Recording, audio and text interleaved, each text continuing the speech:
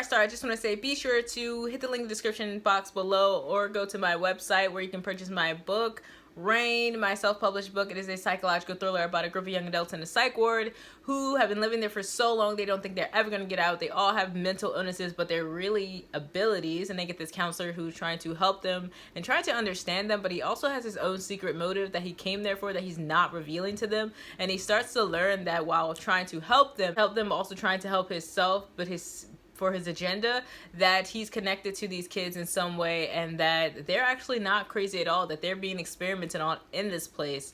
And if you would like a copy, you can definitely hit the link in the description box below, and let's get started with the video.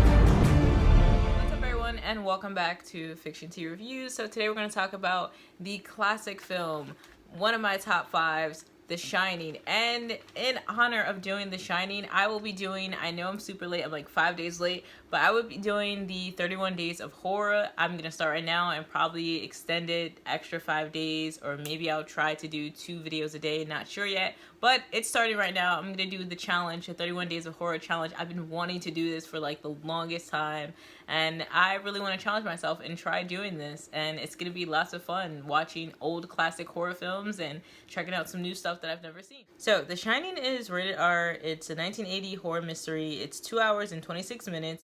It's directed by Stanley Kubrick. Jack Nicholson plays Jack Torrance. Shelley Duvall, she plays Wendy Torrance. Scatman Crothers plays Dick Halloran, and Danny Lloyd plays Danny Torrance. Interesting how the father and the son use their first names and just change their last names. They don't normally do that in movies. Jack Torrance, played by Jack Nicholson, he receives a new job offer to become a winter caretaker at a hotel in Colorado in the deep mountains somewhere, hoping to find inspiration for his writing because he's a writer. He brings along his wife and his son. His son actually talks to himself and has like these premonition visions. As things get darker within the hotel, Jack starts to lose his mind and go on this whole rampage killing spree towards his family. One thing I want to first start off is what I noticed first immediately was the visuals. In that beginning scene, we have the opening scene where the camera panders over the mountain, and it shows the skies, it shows the trees, and it shows the road, and everything is widespread and beautiful looking. And that really gives us the setting of where this is going to take place, where the movie is going to take place, where everything's going to be, where all the action is going to happen. I really enjoy that camera angle. I wonder if they had like the camera just like on some sort of I wonder if it was like a mixture of green screen with that visual, or was it just all like some sort of droid over top of the mountains or something. Were they really in Colorado? I don't think they were really in Colorado, because there were some scenes where it looked really cheap and fake, but this also was a 1980s film, so I definitely put that into perspective. Another thing about the visuals was the hotel. It was very like pristine, it was clean, it was well put together, everything looked nice. It looked like a place where I would want to go and like be there, but it also looked kind of abandoned and creepy. Like it was like too clean in a sense of like you're thinking, does anyone come here? Like what's going on? It definitely had a lot of like really good camera angles, like especially when Danny was on his little tricycle bike, and the way the camera was kind of widespread and showed like the full hallway, and it showed him riding on the bike, and how I'm assuming maybe the cameraman had the camera on something. It was like moving it around. How they had it positioned as if it was his height was pretty impressive. The book itself was really good. Like the music, the visuals, and even the storyline just all gets you. But like the music and the visuals really pulls you in. And then once you get into like Jack Nicholson's character, you can feel that he's a lunatic. Like, well, we're gonna get to that. But the music itself, the music was great. It was good music. It was very creepy, and just giving you that vibe of something's about to happen. Like this place is haunted. Something's going on. Yeah, like I said, the music as well as the flashback shots, all the flashbacks and the premonitions that Danny was having with the elevator and all of the blood gushing out of that elevator, as well as the premonitions with the two little girls, and that was all just so good. As far as the makeup goes, I really liked mostly the end part, the end scene where Jack Nicholson was. I should probably reveal that I'm gonna be spoiling this movie. Like I said, it's a 1980 film. If you guys haven't seen it, I don't know what's going on. But Jack Nicholson is frozen, and he's just like super stiff, and his whole face is just like frozen in this one look. And I think they did really good with the makeup for him being frozen, especially during that time, 1980s, because it still looks good even during this time, and it's like 2020 where we have upgraded technology and everything and better makeup. Next, I want to talk about the characters. So first I'm going to talk about the mom. You can tell that the mom was just very naive in a way. You could tell that she really cared about holding the family together despite the dad being revealed to be an alcoholic and harming the son that one time.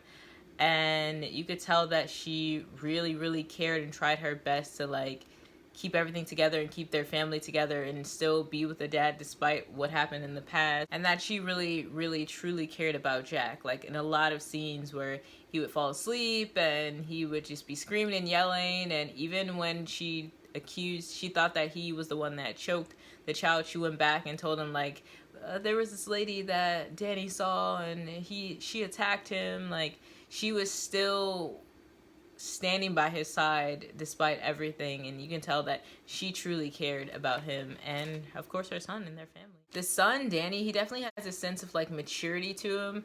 You could definitely tell like right off the bat from the beginning. He was just like super mature, the way he talked to his mom, the way he talked in the car, the way he just kind of presented himself. He was like a little child, but like a little child adult in a way. The best of them all, Jack Nicholson nailed this role. It's just so good. This is not the first film that I've seen him in.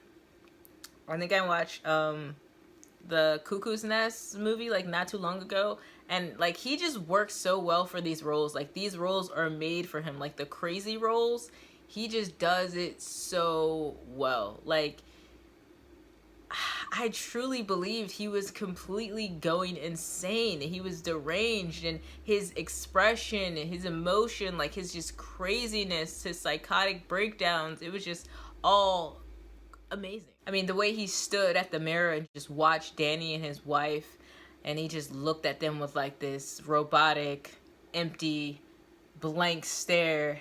And then the way he yelled at his wife when she was trying to figure out what was going on with him, she was trying to help him, he just like snapped on her and told her, get the out of here, like don't come back. When you see me writing, like you better not come in here. And I'm just like, yo, this dude's scary. There was this part where he like came out to Wendy and was like, he was like, I have this nightmare or this dream, whatever he called it, and he was like, that I chopped you and Danny up to pieces. And I'm like, as soon as he would have told me that, I would have been like, it's time to go home. Like, it's what? You had a dream of what? And it's so crazy because Danny predicted it. He was like, Danny predicted this. He was like, Dad, will you try to hurt me and Mom? Like, are you trying to hurt us? And the dad's just like, oh, is your mom telling you that stuff? But like, he truly already knew this. The child knew this. He predicted this. And then the dad just comes outward and reveals it. And I'm just like, yeah, he crazy. Like, get out of there. There was a part where the mom's acting, Wendy, was a bit off when she was like yelling at Jack, thinking that he was the one that put that bruise on Danny's neck. I just didn't feel like she could have like maybe did that over and put a little bit more passion into it. That's just my harsh critique on being very critical, but she still did good. There's also this scene where like Danny was like petrified and like terrified, and Jack had like this same blank stare on his face. It wasn't petrified, but it was just like blank, and it was gold. That was so good because it transitioned from Danny's petrified face to Jack's face, and it was just, it sold it. Jack Nicholson's character, his whole losing his mind act was the best, honestly. It was super believable. The way he was like shaking his head and just like yelling and just like looking around, like it was, I wouldn't like, the more and more that I watched this, I just was like, This guy is intensely insane. Like, he's crazy.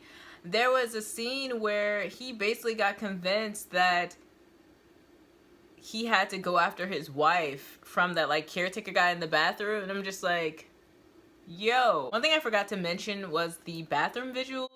Everything was red, and I assumed that it was like a prep for his kills, like him preparing to kill. That's why he was in the bathroom talking to that caretaker, because there was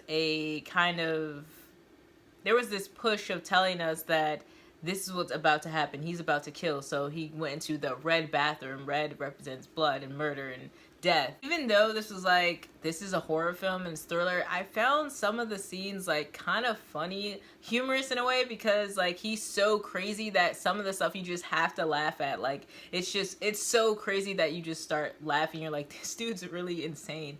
Like, especially the part where he mimics Wendy, like when she's terrified, he's terrified, when they were like on the step and he was kind of like mimicking her. It was kind of humorous in a way, because it's like, yo, this guy's insane. Like, he's really, like, something's really wrong with him. And he's like, my darling, love of my life, why are you running? I'm not gonna kill you. I'm not gonna hurt you. Put the weapon down. And you're just like, man, when you know someone's crazy and they're talking to you trying to be calm, but they're calm crazy, you know something is about to happen. You know, like, you have to get out of there, and you know that they're just run, like, they're insane. He was just like a madman. Some other visuals that I forgot to mention were the creepy little girls. I didn't really find the two twin girls that creepy for me personally, but the blood scene with the elevator, definitely one of my favorite scenes, because everything is just like slow-mo in a sense, and everything, that blood scene really for me is like the rise and fall of their death, because the elevator goes up and down, and then blood represents death. And I just love everything about that elevator scene. It's just so good. Also, the snow scene it didn't look that bad, but towards the end of the film, you definitely could see how close up it looked really flat and very fake and very, I'm assuming, green screen, computerized. I'm not sure that they were actually at the mountains. I feel like there was some add-ons added to all of that to make it look like they were at the mountain. Also, the whole red room, oh my god, it's so good, like, iconic. Red rum, red rum, red rum, red rum. I love that part. I feel like Danny really nailed that, doing the whole red rum, aka murder, writing murder backwards, being red rum, and like, that's just one of those iconic things in this film, and also in Stephen King books, and I just love that scene and everything about that, and I feel like Danny did a really good job, aka Tony. When it got to like the end of the film, there was a scene where Jack Nicholson was like walking and limping. Oh, it was so good. Walking to the hotel just like in silence, and then whoo, he like slashes the chef, and he just dies, and he's gushing blood. But one of my favorite scenes of all time, another iconic scene of all time, in my personal opinion, is when Jack coming through that door with his axe, and he holds his axe in his hand, and he's like, little pig, let me come in, not by the hairs on my chinny chin chin. And he has like this sicko look on his face, but it's so like in character. He's just deranged, and Wendy is just like curled up, like timidly, like feeble, and kind of like at the corner of the door, hoping that she doesn't get hit or killed or anything. Pure gold. And he comes to the door, and he peeps after he gets like chops it all down. He's like, here's Johnny. Like that, all of that is just such an iconic scene. It's so good. I recommend this. You can watch it, I believe you can watch this on Amazon. And if you like this video, give it a thumbs up, and let me know below, what do you think about this film? Do you like it? What's your favorite part about this film? I'm hoping that you guys have seen this. What's your favorite part about this film? And also be sure to hit that notification bell to get notified for future videos, and I will see you all next time.